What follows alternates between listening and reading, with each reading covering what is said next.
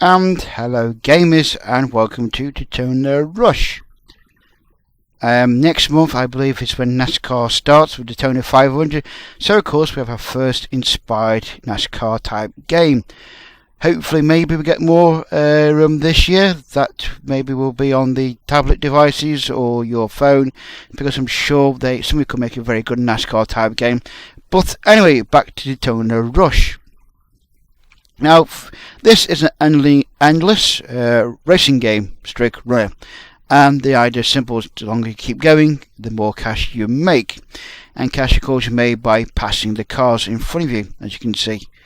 To the left is my fuel gauge. Now, this constantly is running down, and I have to make sure every time I do a lap that I have to refuel, otherwise I will run out of fuel before I get round to the next lap. And pardon me there, I'm just crashing into too many cars there. Oops, daisy. Oh, it's crashed.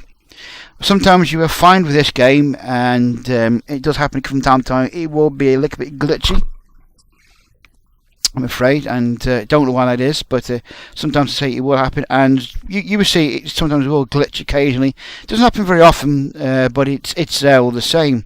Anyway, as I was saying, yes, the green bar on the left hand side is my fuel, and the pink bar on the right hand side is how much damage I can take, or basically how many more cars that I can run into, really. And of course, down the bottom left is how many yards I've been racing for, and the right, of course, is how much money I have picked up so far.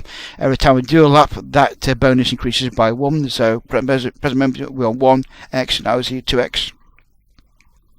And so coins help you towards boosting your racing car, or you can also buy other cars as well. We have the NASCAR Truck Series, we have the Kart Series as well, which is basically F1, and we have also one of the NASCAR which has the what I call the air brake on the back of it. And I say that's it really with the Daytona Rush. It is literally all about using reflexes and making sure you can just keep following the cars as long as you can. You got to admit about the Daytona Rush, it is nice to look at, and also the draw rate on the game as well is pretty impressive. If you look all the way up to the top of the screen, yes, that's how good the draw rate is. You can see that far ahead, even though it doesn't really help you much because you're trying to look near to the bottom of the screen to see where your car is and to compare it to the others.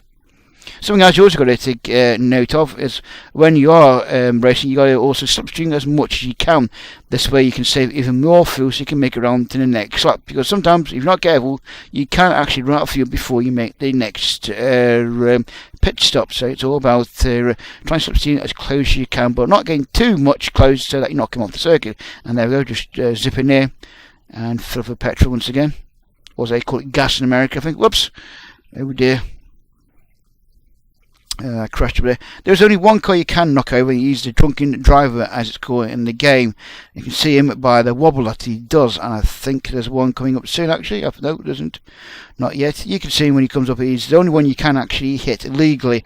Now it's a strange thing really when you say you can actually hit one legally and not get damaged, but that's how the game plays really. So as I say, as you progress, of course, you can tell now they're getting a lot more traffic on the circuit, and you have to really start to flex your reflexes there to make sure you can dive left and right.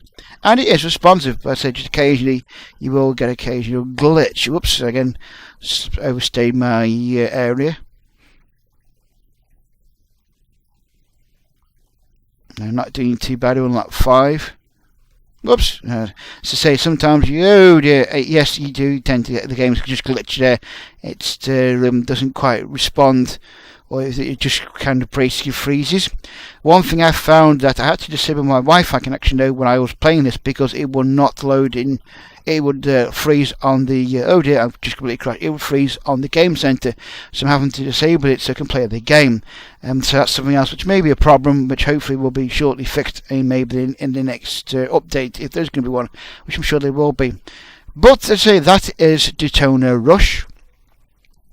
Out when you see this video, in all available iTunes stores. I'd say it's a good game, and I'm sure you enjoy it too if you're into this kind of thing. Okay, anyway folks, thanks for watching, and I'll see you again soon. Goodbye for now.